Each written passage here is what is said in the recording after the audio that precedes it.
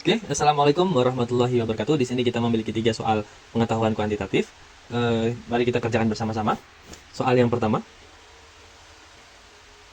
pengetahuan kuantitatif. Nilai n yang memenuhi persamaan x pangkat k dan seterusnya sama dengan x pangkat n. Di sini bentuknya adalah persamaan dari operasi bilangan berpangkat. Jadi perlu kita ingat bahwa jika terdapat pangkat yang lebih dari 1, maka pangkatnya kita kalikan. Begitu juga dengan yang ini. Nah, hasil perkalian dari pangkat tersebut kita peroleh x pangkat k dikali dengan x pangkat k kuadrat ditambah 1 k dikali dengan x pangkat 1k atau k dikurangi dengan k kuadrat, hasilnya sama dengan x pangkat n. Nah, selanjutnya untuk operasi perkalian bilangan berpangkat dengan bilangan yang dipangkatkan sama, hanya tinggal menjumlahkan pangkatnya saja, sehingga jika dijumlahkan pangkatnya ini habis karena pengurangan, didapatkan x pangkat k tambah k menjadi 3k sama dengan x pangkat n. Karena di sini sudah sama-sama x, maka pangkatnya harus sama, sehingga n-nya sama dengan 3k. Jawabannya yang B.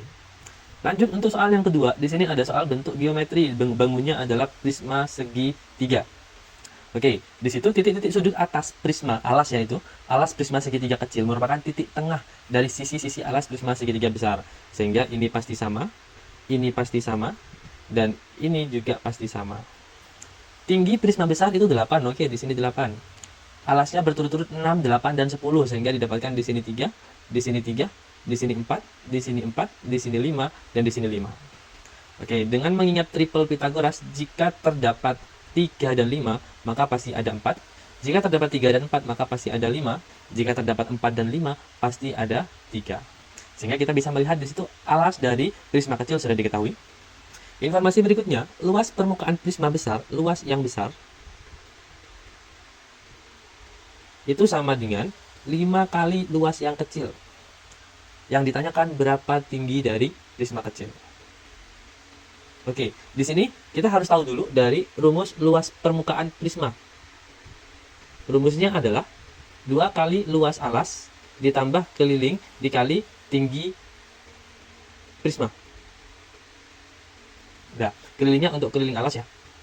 Nah, jika sudah tahu rumusnya, maka kita bisa mencari luas masing-masing terlebih dahulu. Luas yang besar itu sama dengan 2 kali luas alas setengah kali alasnya 8, tingginya 6, plus keliling alas tinggal kita tambahkan 10, 8, dan 6, nilainya adalah 24, dan tinggi prismanya sama dengan 8.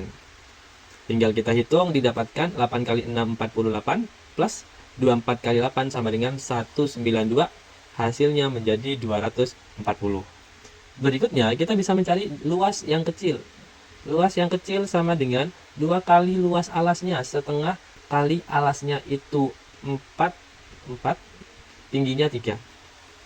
Oke, selanjutnya kita tambahkan dengan keliling alas. Keliling alasnya itu 12, tingginya tidak tahu karena ditanyakan.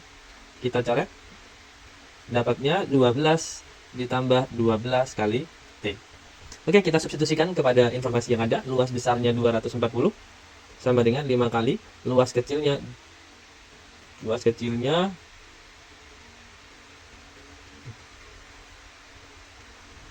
bentar, kita besar dulu. Luas kecilnya 12 ditambah 12T. Oke, kita coret sama-sama dibagi 5 menjadi 48 sama dengan 12 ditambah 12T. Kita kurangi 12 menjadi 36 sama dengan 12T. Sama-sama dibagi 12 dapatnya T sama dengan 3. Oke, jadi di sini jawabannya adalah C. Sudah itu untuk soal yang kedua. Sekarang kita ke soal yang ketiga tentang cukup dan tidak cukup. Di sini diambil 4 angka secara acak. Kalau secara acak kan bebas, bisa ngambil 2, 4, 6, M, bisa 2, 4, 6, N, bisa 2 sama 4, M, dan N, dan seterusnya. Nah, di sini kita disuruh memastikan apakah jumlah dari keempat bilangan tersebut genap. Oke, berarti ini ditambahkan. Ditambah. Nah, hasilnya berapa? 6 tambah 4 tambah 2, itu sama dengan 12 plus M. 2 tambah 4 tambah 6 juga 12 plus M. 2 tambah 4, 6 plus M plus N. Oke, nah kalau kita menggunakan informasi yang pertama, kita bisa mendapatkan M plus N-nya genap, otomatis di sini genap. Ini menggunakan pernyataan 1. Tapi kita ingat M plus N genap, maka di sini M-nya bisa ganjil dan N-nya juga ganjil. Atau M-nya genap, maka N-nya juga harus genap. Nah, sekarang kita fokus pada yang ganjil dan ganjil. Oh, berarti pernyataan satu M-nya bisa ganjil, N-nya bisa ganjil. Kalau di sini M-nya ganjil, N-nya juga ganjil, apakah hasilnya genap? Tidak, hasilnya adalah ganjil. Oh, ternyata menggunakan pernyataan satu bisa ganjil, bisa genap, maka pernyataan satu tidak cukup. Sekarang kita ke pernyataan kedua. Jika M, N itu genap, kalau pernyataan kedua M kali N itu genap, maka minimal ada satu yang harus genap. Kalau N-nya genap, maka M-nya bisa genap, juga bisa ganjil. Ganjil. Oke. Nah, ingat tadi yang membuat bisa genap bisa ganjil adalah jika di antara mereka ada yang ganjil. Di sini jelas bahwa M-nya ganjil, maka dia juga dikatakan tidak cukup. Sekarang jika pernyataan 1 dan 2 bersama-sama. M plus N genap, M kali N genap. Oke. M plus N itu genap, maka ada dua kemungkinan ada dua kemungkinan bisa dua-duanya genap, bisa dua-duanya ganjil. Tapi kalau N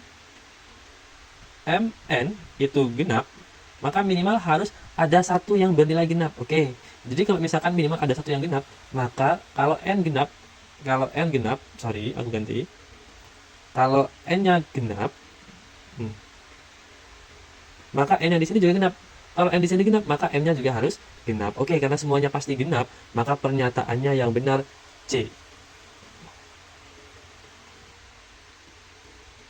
Jadi, semuanya harus bernilai genap agar yang dihasilkan genap.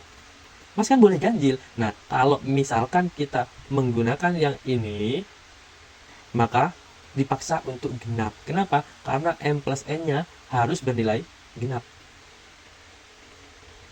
Seandainya tidak mengambil M plus N, maka bisa ganjil, bisa genap. Karena di sini ada M plus N, maka harus genap semua. Sudah, itu 3 soal, kurang lebihnya mohon maaf. Wassalamualaikum warahmatullahi wabarakatuh.